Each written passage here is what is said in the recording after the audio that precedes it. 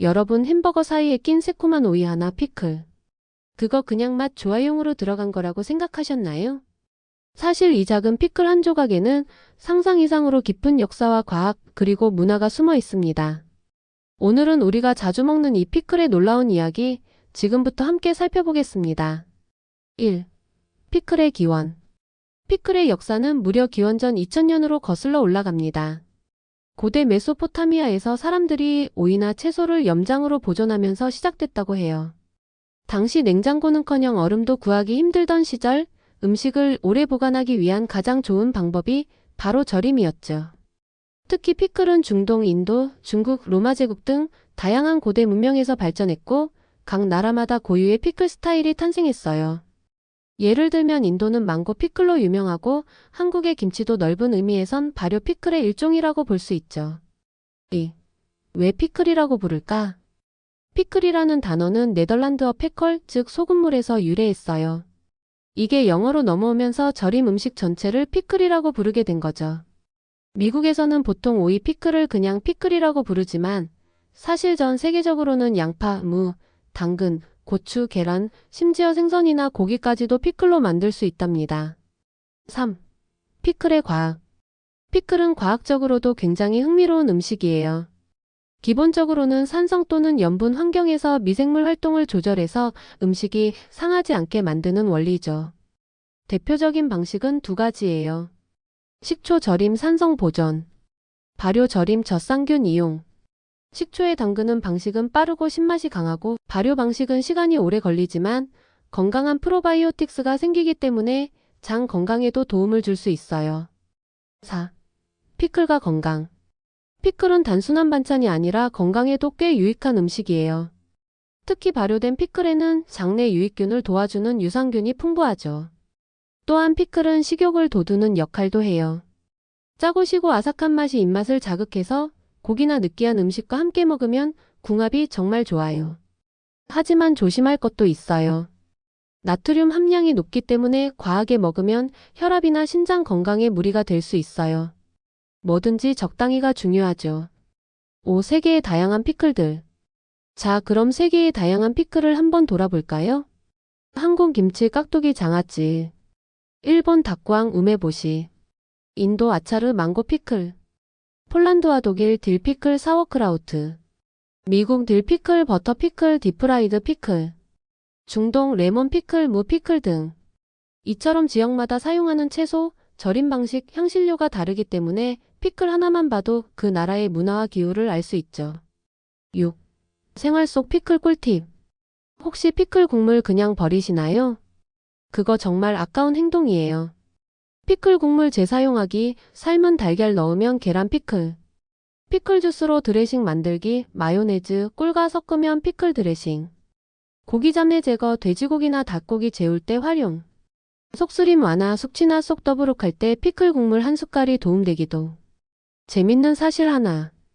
고대 이집트의 클레오파트라도 매일 피클을 먹었다고 전해지는데요. 그녀는 피클이 미모와 건강의 비결이라 믿었다고 해요.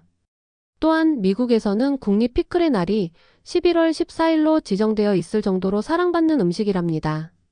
여러분이 생각했던 것보다 훨씬 더 깊고 풍부한 이야기 피클. 다음에 햄버거를 드실 때 그 사이에 낀 피클 한 조각을 조금은 다르게 바라보게 되지 않으셨나요? 우리는 보통 하마를 귀엽다고 생각합니다. 툭 튀어나온 눈, 둥글둥글한 몸, 물속에서 콧구멍만 내놓고 숨쉬는 모습까지. 하지만 이 귀여운 겉모습 뒤에는 아프리카에서 가장 위험한 동물 중 하나라는 사실 알고 계셨나요? 오늘은 이 반전 매력의 소유자 하마에 대해 재미있고 디테일하게 알아보겠습니다. 1. 하마의 기본 정보. 하마의 정식 명칭은 히포포타무스. 그리스어로 강이말이라는 뜻입니다. 하마는 주로 아프리카 사하라 남쪽 지역의 강이나 늪에서 서식해요. 몸 길이는 최대 4에서 5m, 무게는 최대 3000kg을 넘는 경우도 있죠. 이 정도면 SUV 차량보다 더 무거운 셈입니다. 하마는 수생 포유류인데 놀랍게도 수영을 못합니다. 그럼 어떻게 물속에서 생활하냐고요? 하마는 물속에서 바닥을 이용해 걷거나 점프하듯 이동합니다. 심지어 5분 이상 숨을 참으며 물속에 머물 수 있어요. 2. 초식동물? 그러나 하마는 기본적으로 초식 동물이에요. 밤이 되면 무트로 나와 풀을 뜯어먹습니다. 하루에 40kg 이상의 풀을 먹죠. 하지만 이 초식 동물에게는 엄청난 공격성이 있습니다. 하마는 자기 영역을 침범하면 사람도 악어도 심지어 사자까지 공격해요. 입을 벌리면 무려 150도까지 벌어지고 이빨 길이는 최대 50cm에 이릅니다. 그 이빨로 한번 물리면 회복이 거의 불가능할 정도로 위험하죠. 3. 공격성의 실체. 하마는 아프리카에서 가장 많은 사람을 죽이는 야생동물 중 하나입니다. 매년 500명 이상이 하마로 인해 목숨을 잃는다고 알려져 있죠. 특히 보트나 카누를 타고 접근했을 때 공격하는 경우가 많아요. 수컷 하마는 영역 본능이 강해서 같은 수컷은 절대 허용하지 않아요. 싸울 때는 엄청난 힘과 이빨로 상대를 물고 흔들며 싸웁니다. 4. 속도와 민첩함. 하마는 몸집이 커서 느릴 것 같지만 착각입니다. 하마는 시속 30km 속도로 달릴 수 있어요. 짧은 거리라 해도 이 덩치가 그 속도로 달린다면 상상해보세요. 게다가 물속에서도 그 움직임이 굉장히 민첩하죠. 5. 붉은 땀? 하마의 선스크린.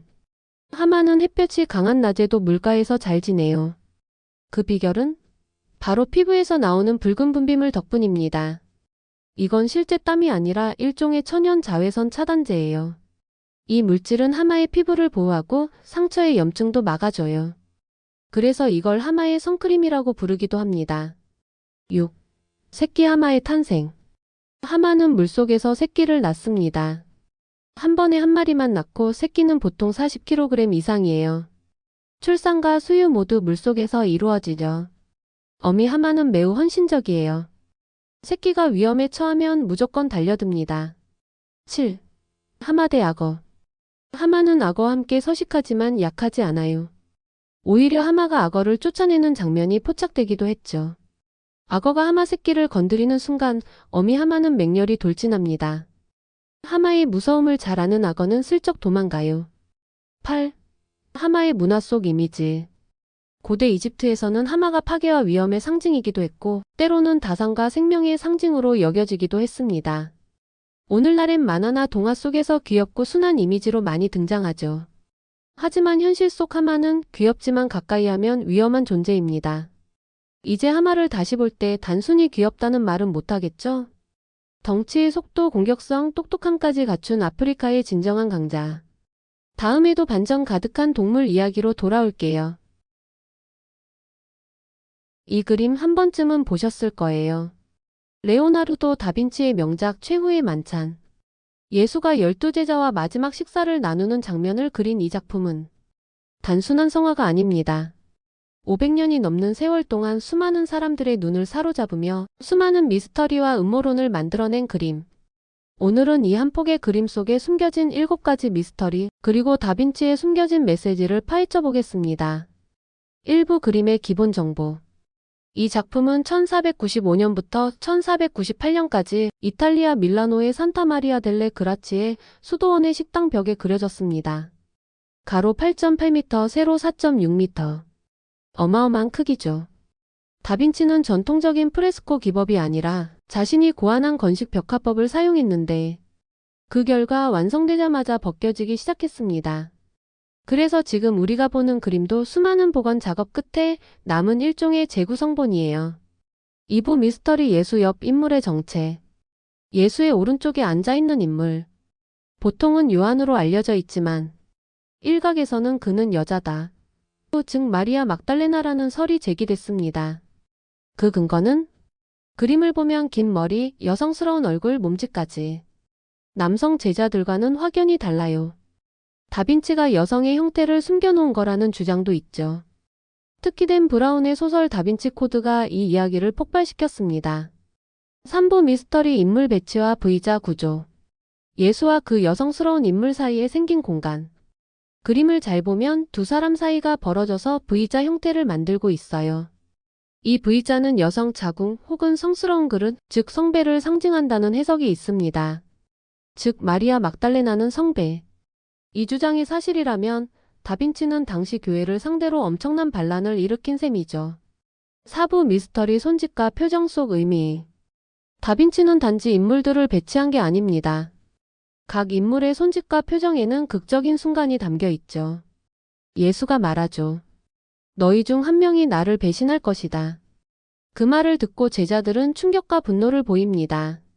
특히 유다는 어둠 속에 얼굴이 반쯤 가려져 있고 은하 주머니를 쥔 손이 테이블 위에 있죠. 그의 손은 나이프를 쥔 다른 손과 교차되어 있는데 이게 누가 유다를 찌른다는 암시라는 해석도 있습니다. 오브 미스터리 음악 암호? 2007년 한 음악가는 그림 속 빵과 손의 위치를 악보처럼 읽으면 음악이 된다는 주장을 제기했어요. 결과는 바로 르네상스 스타일의 장송곡. 다빈치가 숨겨놓은 시그널일까요? 단순한 우연일까요? 예술과 수학, 과학을 동시에 탐구했던 다빈치라면 가능성은 충분해 보입니다. 6부 미스터리 사라진 발과 인물? 예수의 발이 보이지 않습니다. 그 이유는 17세기 중반 수도원 식당에 문을 내면서 하단 벽화 일부를 잘라버렸기 때문이에요.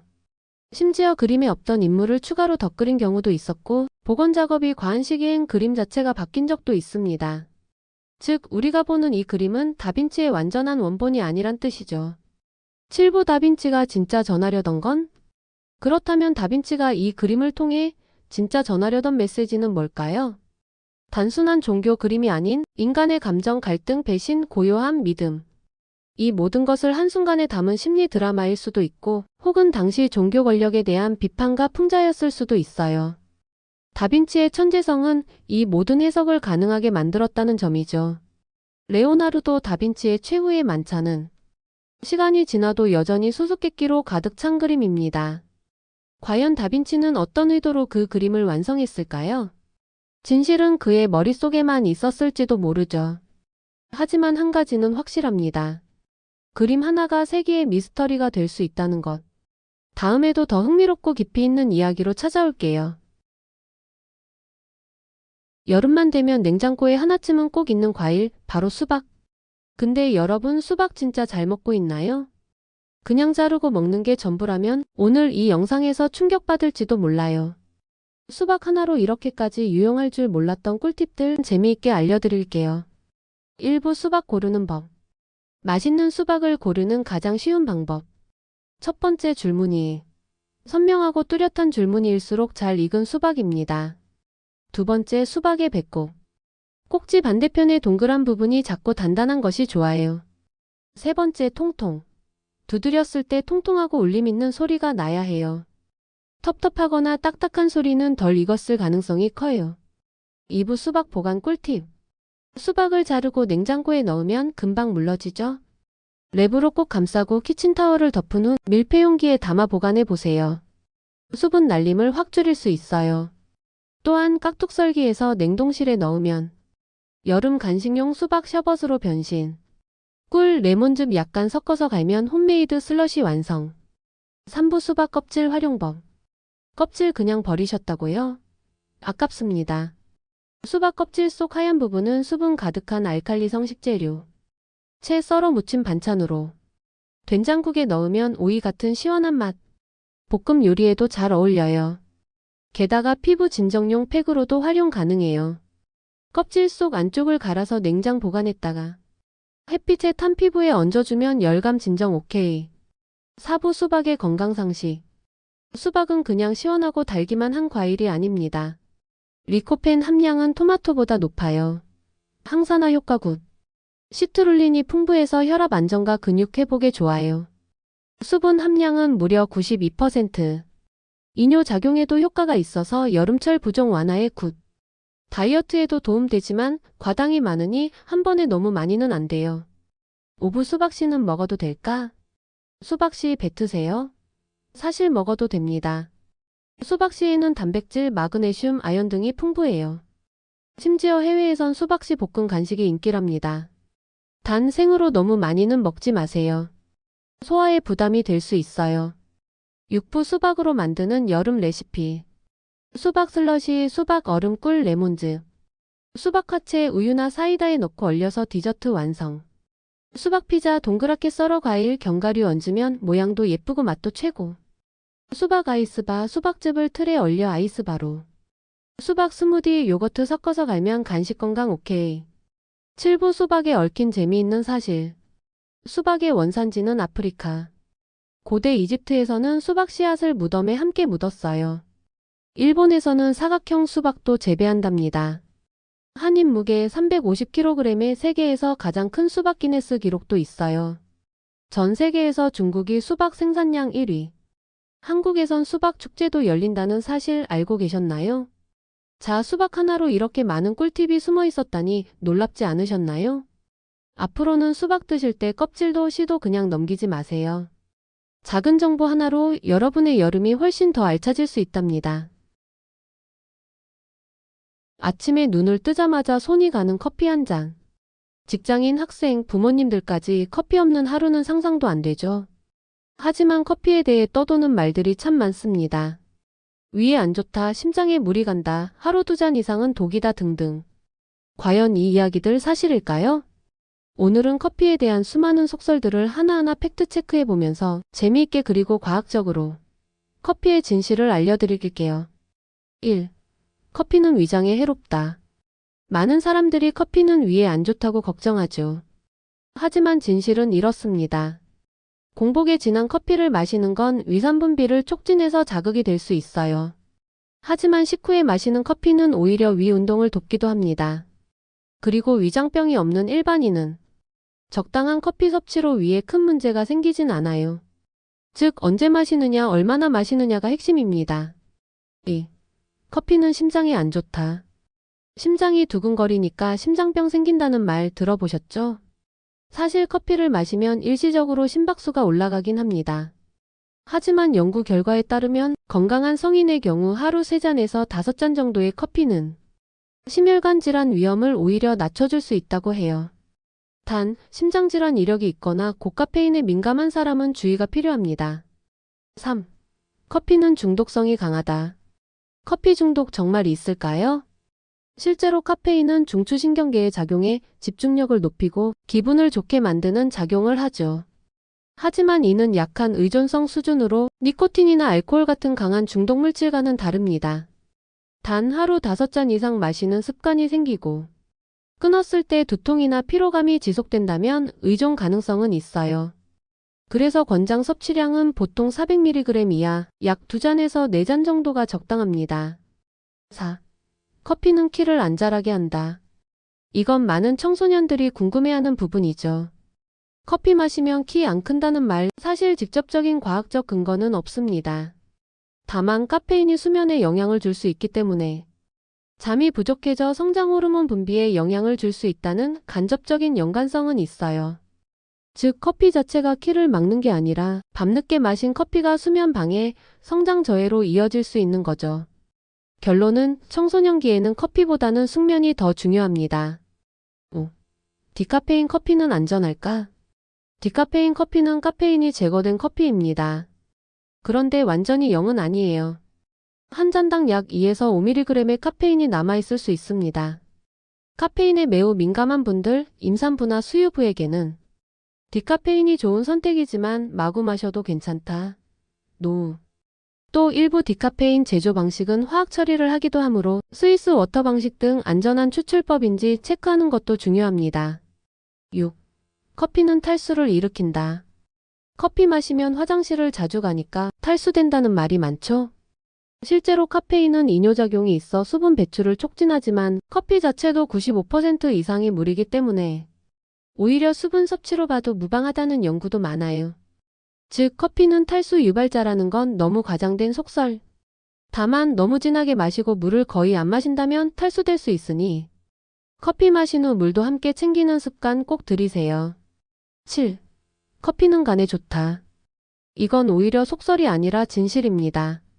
커피는 간 기능에 긍정적인 영향을 준다는 연구들이 많아요. 특히 간암, 지방간, 간섬유화 등의 위험을 낮추는 데 도움이 된다는 결과도 있죠.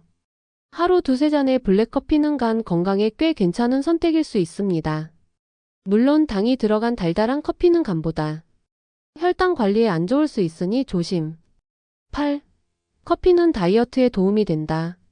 카페인은 기초대사량을 높이고 지방 분해를 돕는 효과가 있습니다. 운동 전에 마시는 커피는 지방 연소에도 도움이 되죠. 하지만 문제는 어떤 커피냐는 거예요.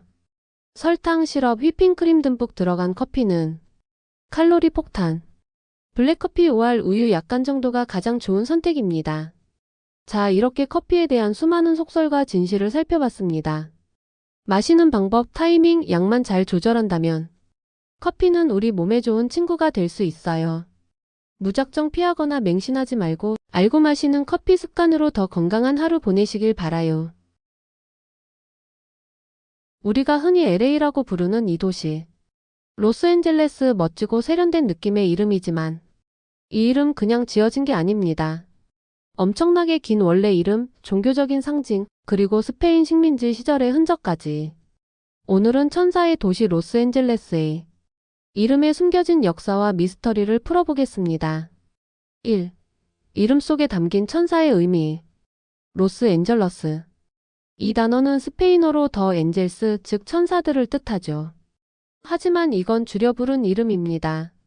로스앤젤레스의 원래 이름은 너무 길어서 처음 들으면 놀랄 수도 있어요. 그 원래 이름은 바로 엘 푸에블로 데 누에스트라 세뇨라 라 레이나 데 로스 아넬레스 데 포르시운쿨라. 말 그대로 해석하면 포르시운쿨라의 천사들의 여왕, 우리의 성모님의 마을이라는 뜻이에요. 와, 한 도시 이름이 이렇게 긴 거 처음 보시죠? 왜 이런 이름이 붙었을까? 이 긴 이름에는 종교적인 의미가 깊이 담겨 있습니다. 먼저 누에스트라 세뇨라는 우리의 성모님, 즉 성모 마리아를 뜻해요. 라 레이나 데 로스 아넬레스는 천사들의 여왕. 성모 마리아는 가톨릭에서 천사들의 여왕으로도 불리죠. 여기에 포르시운쿨라라는 말이 붙는데 이건 이탈리아 아시시 근처에 있는 작은 예배당의 이름이에요. 프란치스코 수도회와 관련된 장소죠. 3. 프란치스코 수도사들과의 연결. 1769년 스페인의 프란치스코 수도사들이 현재 캘리포니아 지역의 선교를 위해 찾아옵니다. 그들은 강을 발견하고 그 강에 리오 데 누에스트라 세뇨라 라 레이나 데 로스 아넬레스 데 포르시운쿨라라고 이름 붙입니다. 즉, 이 지역 전체가 성모님의 천사의 도시라는 종교적인 이름을 가지게 된 거예요. 선교는 단순한 전도가 아니라 도시의 건설과 연결되어 있었고 이런 이름들이 자연스럽게 정착지의 이름이 되었습니다. 4. 1781년 도시의 탄생. 1781년 9월 4일 44명의 스페인인, 멕시코인, 흑인, 원주민 혼혈들이 이 지역에 마을을 세웁니다. 그 마을이 바로 엘 푸에블로 데 누에스트라 세뇨라 라 레이나 데 로스 아넬레스였습니다. 이 마을은 처음에는 단순한 정착지였지만 점차 중요해지면서 도시로 성장하게 되죠. 우리는 지금 그 도시를 로스앤젤러스라고 부르고 있습니다. 5. 이름이 짧아진 이유. 그럼 왜 이렇게 긴 이름이 짧아졌을까요? 우선 미국이 이 지역을 차지하게 된 1848년 멕시코, 미국 전쟁 이후 영어 사용이 늘어나면서 너무 긴 스페인어 이름을 줄이기 시작했어요. 로스앤젤러스로 간단하게 부르기 시작했고 그게 공식 명칭이 된 거죠. 여기서 흥미로운 점 하나. 1900년대 초반에는 엘 푸에블로 데 로스 아넬레스, 즉 천사들의 마을이라는 식으로도 불렸어요. 이 도시의 종교적 뿌리는 꽤 오래 간 거예요. 6. 로스앤젤레스는 정말 천사들의 도시일까? 이제 LA는 어떤 도시인가요? 할리우드, 비벌리힐즈, 스타들의 도시, 영화, 음악, 미디어의 중심지죠. 하지만 이름만큼 천사들이 가득한 도시는 아닙니다. 범죄율, 빈부격차, 이민 문제 등 사회적인 이슈도 많죠. 그럼에도 불구하고 사람들은 LA를 기회의 땅, 꿈을 이룰 수 있는 도시로 여깁니다. 어쩌면 그 점에서 진짜 천사의 의미가 담겨 있는지도 몰라요. 7. 이름에 담긴 아이러니. 로스앤젤레스는 종교적인 기원을 가졌지만 지금은 세계에서 가장 다문화적이고 세속적인 도시 중 하나예요. 이슬람 사원, 불교 사원, 무신론자 모임까지 종교의 자유가 살아있는 도시죠. 아이러니하게도 천사의 도시는 모든 사람이 공존하는 다양성의 상징이 되었습니다. 로스앤젤러스. 그저 멋있게 들리는 이름이었을지도 모르지만 그 속에는 스페인 식민지 시대의 역사, 가톨릭 신앙, 프란치스코 수도회의 발자취, 그리고 이민자들의 뿌리까지 정말 많은 이야기들이 숨겨져 있었습니다. 다음에 LA를 떠올릴 때 그 깊은 이름의 의미도 함께 기억해보면 어떨까요? 영상이 재미있으셨다면 구독과 좋아요 부탁드려요.